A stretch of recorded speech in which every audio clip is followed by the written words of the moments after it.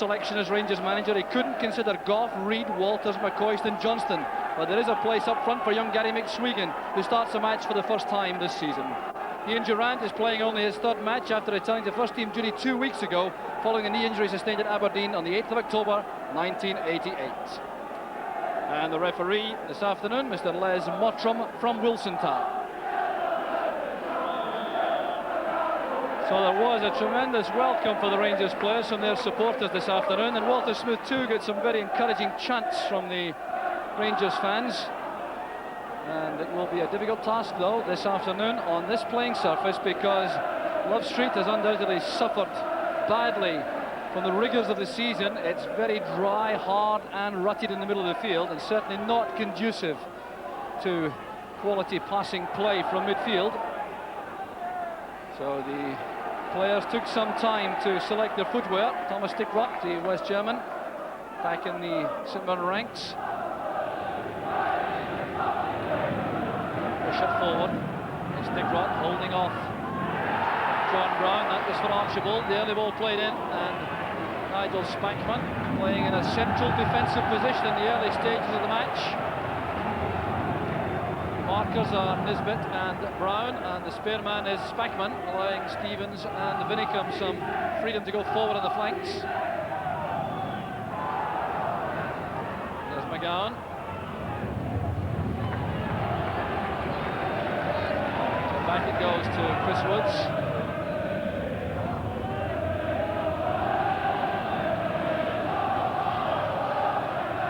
Tom Black heading forward. Martin. This is Paul McIntyre, playing only his second first-team match, linking there with Archibald, and a superb challenge there by Vinicum. He took a knock in the process. Almost a dream start for Paul McIntyre coming from midfield. Walter Smith electing to sit in the director's box for his first match in charge, beside the chairman David Murray. This is Wishart. Cross goes Brown. Wishart looking for Archibald, screening the ball away from Spackman. Good running by Wishart. There's McIntyre. And the deflection appeared to come off Goodman to Torfason. It's a goal kick to Rangers, but fine play again involving Paul McIntyre in midfield. This ball played in there to the path of Fraser Wishart by Archibald. There was McIntyre showing excellent control, and look at that again. It may well have been a corner kick which should have been given. This is Spackman.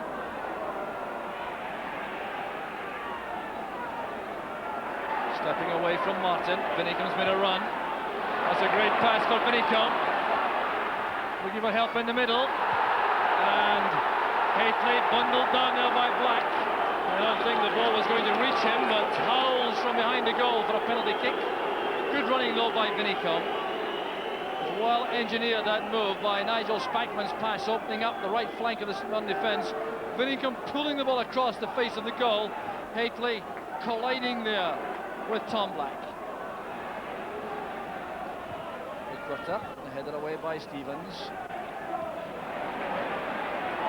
There's Brian Martin. Chance to come forward. Again, McIntyre has found space supporting him from the right flank.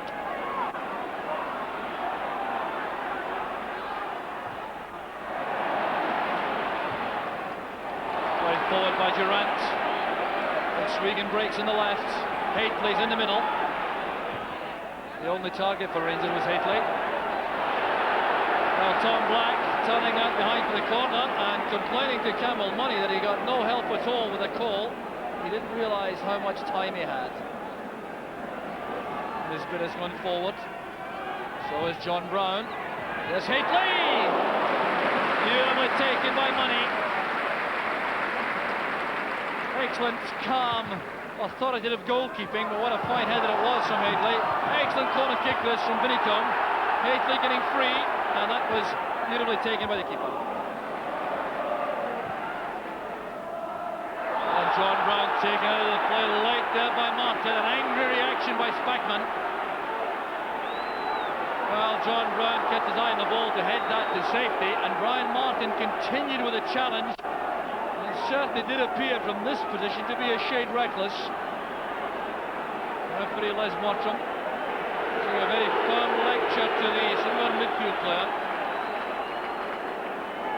Well, a long ball played forward here. As it came through for Brown, Martin kept coming with a challenge.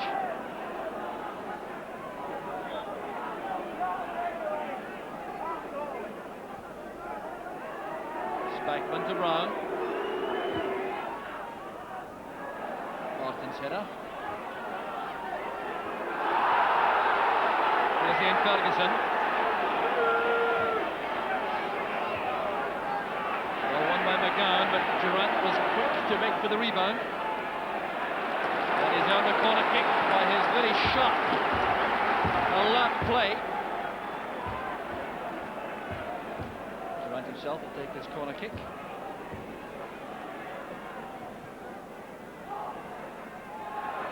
Stick-Rod back in defence.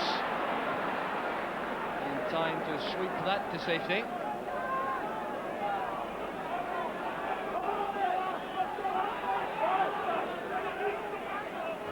His header, looking for Nick Swingan. It was deflected by McGowan, but far enough away from Money to present no real problem.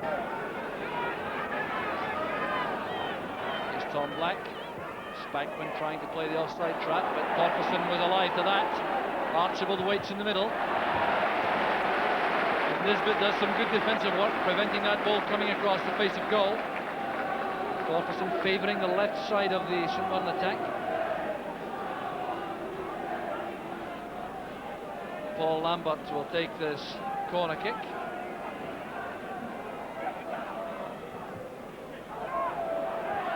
Well, won by Haythwaite. There's Archibald. That came off Harlock.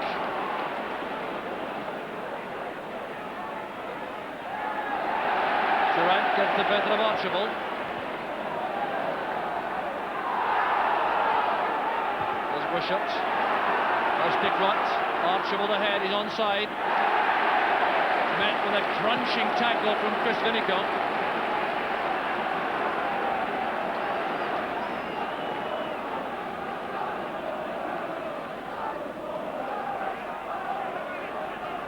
There's Wishart now with a long throw, looking for Torferson. And a very careful header there by Nisbet. Wide of goal, trusting in the speed of Woods.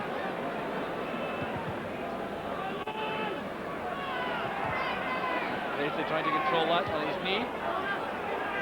Here's Stick-Rod. McIntyre battling hard. This is Durant. Harlock towards Haythwaite.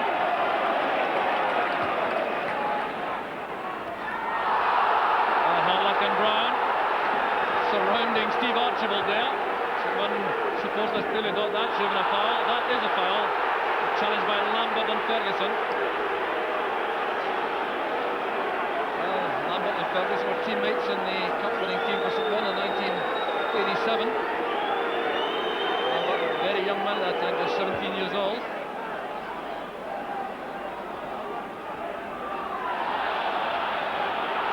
Foul given against Tom Black. It's all becoming rather untidy now. Walter Smith has come down from the director's box. He's clearly not entirely happy the way the game is going.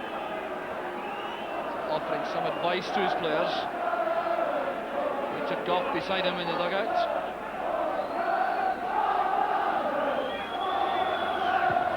Stevens with a free kick. There's Vinicombe. He wasn't quite tall enough. Well, very adventurous play again from the young fullback. He can certainly be pleased with his opening half hour's efforts. You see the ball bouncing here just too high for Vinicombe. Well won by McGowan, getting the measure now of Haythwaite a little bit better. Torferson penalised and showing signs of frustration. Nisbet's free kick. Looking for Haythwaite, got up early for that. McIntyre elbowing Harlock. Disappointment for Paul McIntyre. McIntyre making his second attempt at senior football. He was an Ayr United player early in his career, then was released and went back through the amateur and junior ranks to make a comeback at the age of 24 with St Mirren. Durrant will orchestrate this. Back to Ian Ferguson. Was very well struck by Ferguson. And a corner kick has been earned. Short corner taken by Vinicombe. Yes, Gary Stevens. The header by McSwiggan. Well, a glimpse of goal there for the 20-year-old striker. Playing well here by Gary Stevens. McSwiggan got free of his marker, but in the head of McWhirter.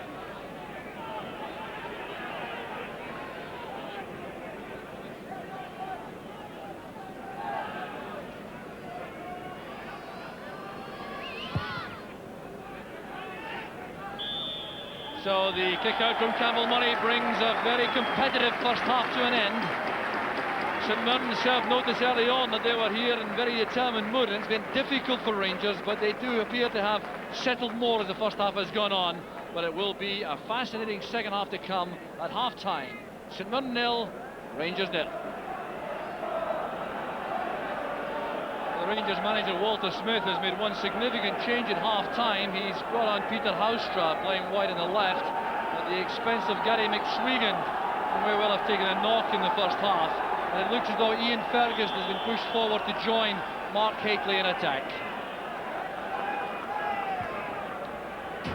So very important 45 minutes coming up for Rangers in particular. They cannot afford any slip-up here with the league so evenly poised. And further alterations are pushed Ian Durrant to the right. There's Hateley, beaten to the ball by McGowan. Cleared there by Lambert as far as Gary Stevens. There's Hateley, lets that run for Houstra. Coming inside, Bishop, an awkward one for the goalkeeper. On the surface, he had to watch that very carefully with Ferguson closing in. Houstra's shot with his right foot didn't carry a lot of power, but it could have been troublesome.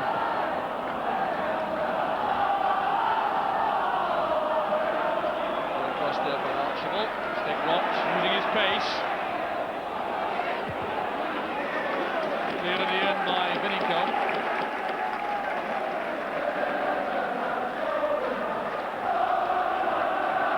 So St Mirren, the bottom club in the Premier Division against Rangers at the top, but you certainly wouldn't have been able to identify the length of the league between the clubs in the first half.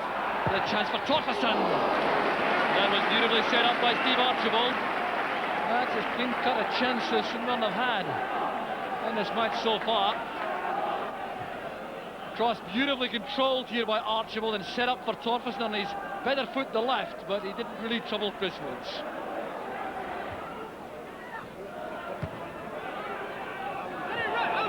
Another away by Nisbet. Here's Torfason, linking with Lambert. There's a bad tackle there on Lambert by Nisbet. Crunching in late. No argument coming there from Nisbet. And Lambert getting to his feet. But it was good play this from Lambert. I think he totally deceived Nisbet, who was committed to that tackle, as the young midfield player tried to step inside. The free kick taken there by Tom Black. Right across the far side, up goes Martin! That was as close as St Mirren have come in the match. It was a prodigious leap, that, by Brian Martin. And he got across the bows here of Nigel Spackman, who was his marker, to get up well to that, and Woods would certainly have been beaten. A disappointment for Brian Martin, looking for his third goal of the season. Durrant plays it through there for Hateley to chase. He's on a pace to get away from McGowan. This is a chance for Rangers. Well, the problem there perhaps on Mark Hateley was that he was moving on to his weaker foot, the right. But this really was an excellent chance for Rangers to go in front. And Hateley undoubtedly will not be too pleased with the way in which he finished that move. Nisbet shot to Spackman. This Ferguson trying to find space away from McWhirter. He's helped from behind. Stevens to Spackman. Stevens again. Spackman goes outside him.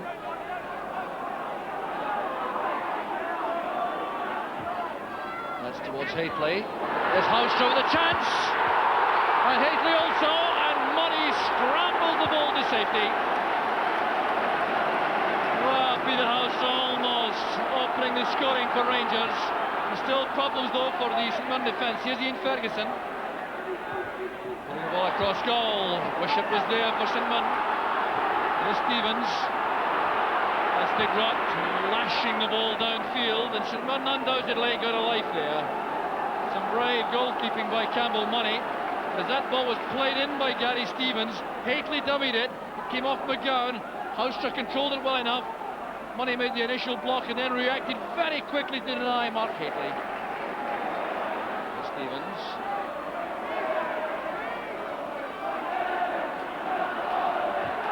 Then again by Stevens for Haitley. Well, he climbs so brilliantly for these cross balls, Haitley. But always under pressure from the St Mirren defence. Well, there's going to be a change made by St Mirren. Alan Irvin coming on, and the player going off is Steve Archibald. The tall figure of Alan Irvin provides some variation in the attack for St Mirren. Well, David Hayes enjoying the match all right, sitting there in the stand with a big smile beside his chairman Alan Marshall. There's Tom Black. Keeper Torfason. Irvin is behind him. Good touch for a big fellow, Irvin. Angling in the cross for Torfason. Good header that by the Icelandic international. Went through the cross swiftly, but that was a good move from St Mirren, and another reminder to Rangers that this match is very much in the balance. Alan Irvin sending over the cross, Torfason's glancing header, and good handling by Woods. Sandy Robertson is waiting to come on, and he will replace Ian Durant. Durant deemed to have done enough this afternoon. The craft of Sandy Robertson introduced to the fray by Rangers.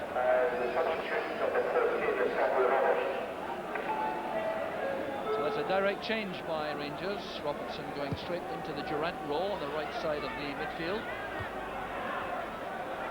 There's Irvin trying to play that beyond Brown for Torfason. He would have been clearly in on goal then.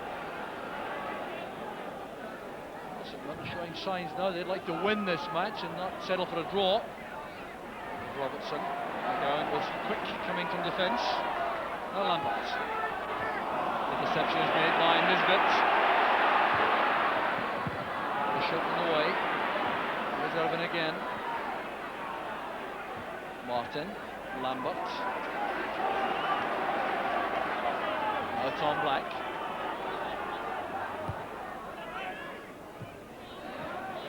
Well challenged by Nisbet. But Irvin has caused some problems to the Rangers defence since he came on as a substitute for Archibald. He's been very lively and skillful up front.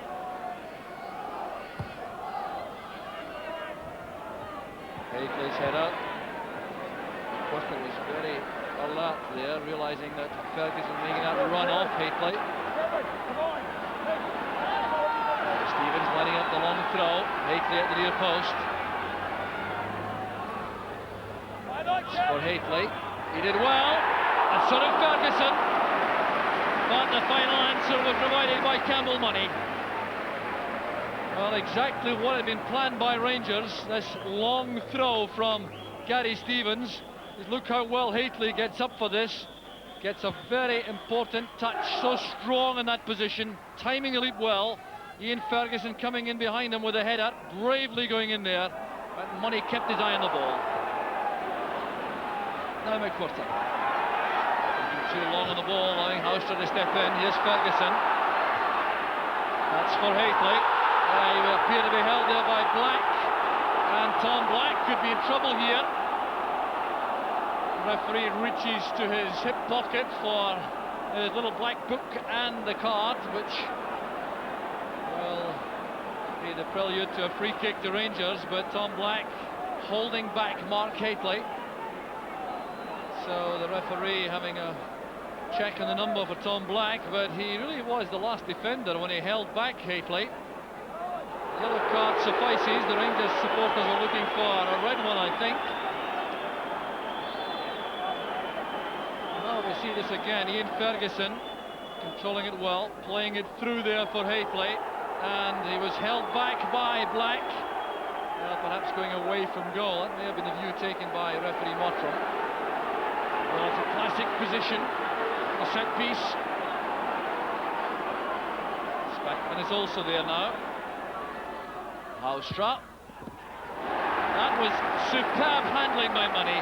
Just look at the pressure he was under there as he took that ball, which was played wide of the wall by Peter Haustra. It really was top-class goalkeeping by Money. Spackman running over the ball, Haustra playing it beyond the wall, and really any error by Money would have resulted in a goal.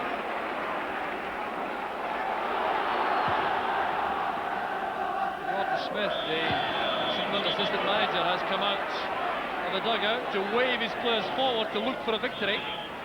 Not content, it would appear, with a draw.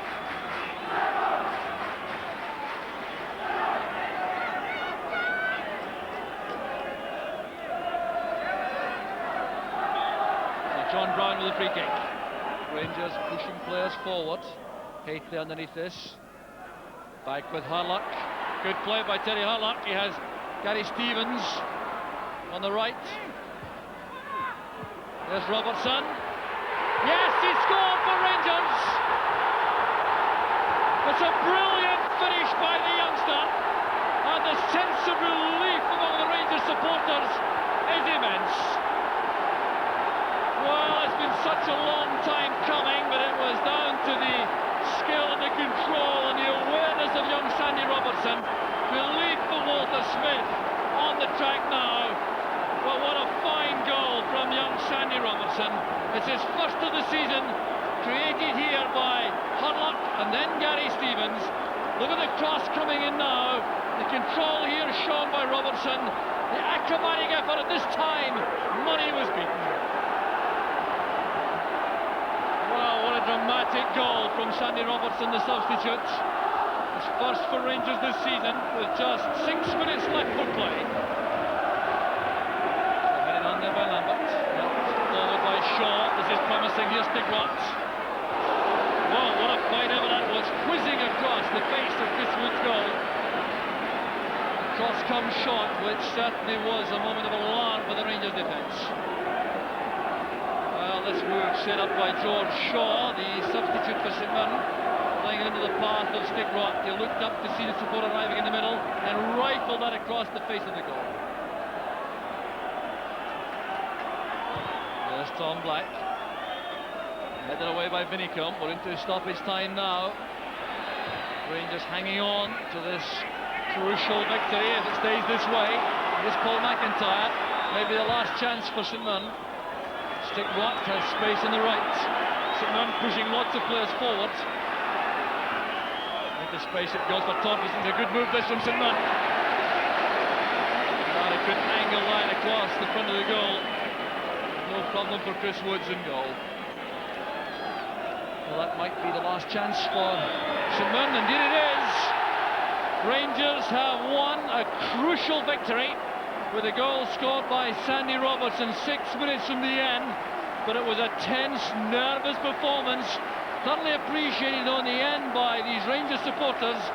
Sandy Robertson smiling there, a goal-scoring hero. He came on to replace Ian Durrant and scored a goal which may turn out to be absolutely crucial in the championship race. It's a great start for Walter Smith.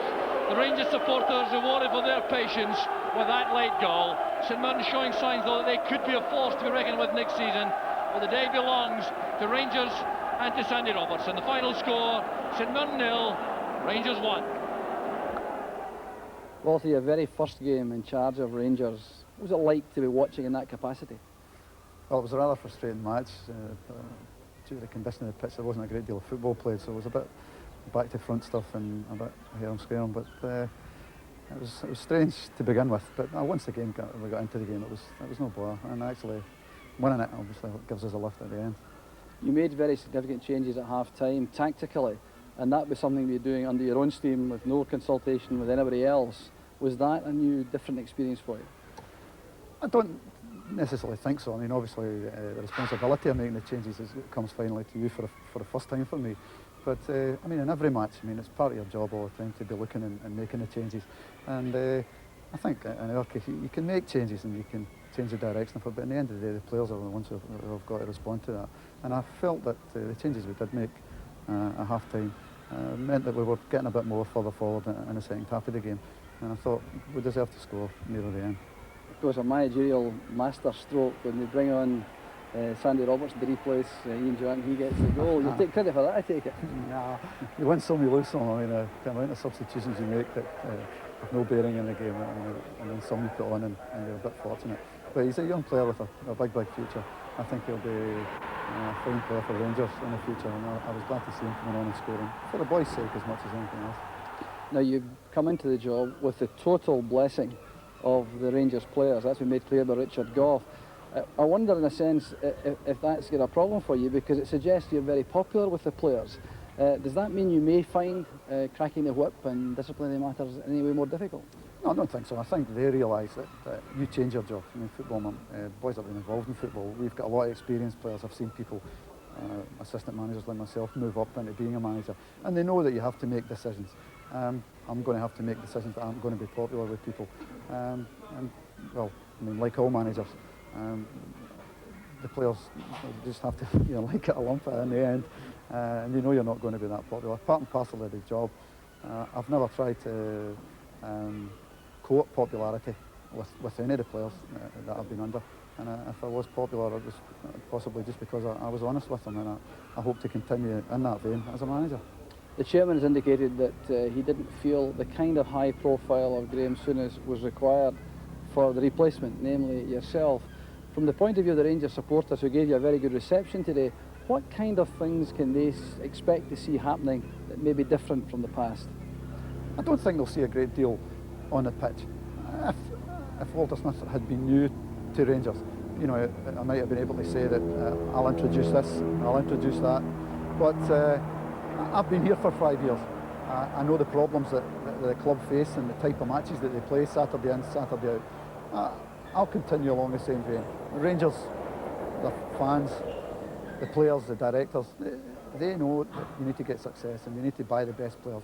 And I would hope to enhance the reputation that we have, not only as buying players from England and bringing them up to Scotland, but even go further afield and go into the European scene and try and get some European players here. I think all major clubs will have to look abroad sooner rather than later. And I think I'll be looking in that respect. But there'll be no great changes on the pitch. You've got one important appointment to make, though, apparently in the near future, and that's your number 2, your lieutenant. And the indications are he'll come from out with the club. Is that part of the Walter Smith style of management to get that kind of freshness into the club? Well, the freshness in the club, we had a young staff at Rangers.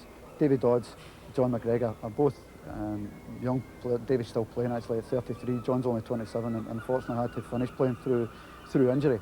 So I felt that I did need somebody who was experienced to come in alongside me, and I hope to make an announcement on that within a week or so. A pleasant evening for you tonight? It'll be a more than pleasant evening, I hope.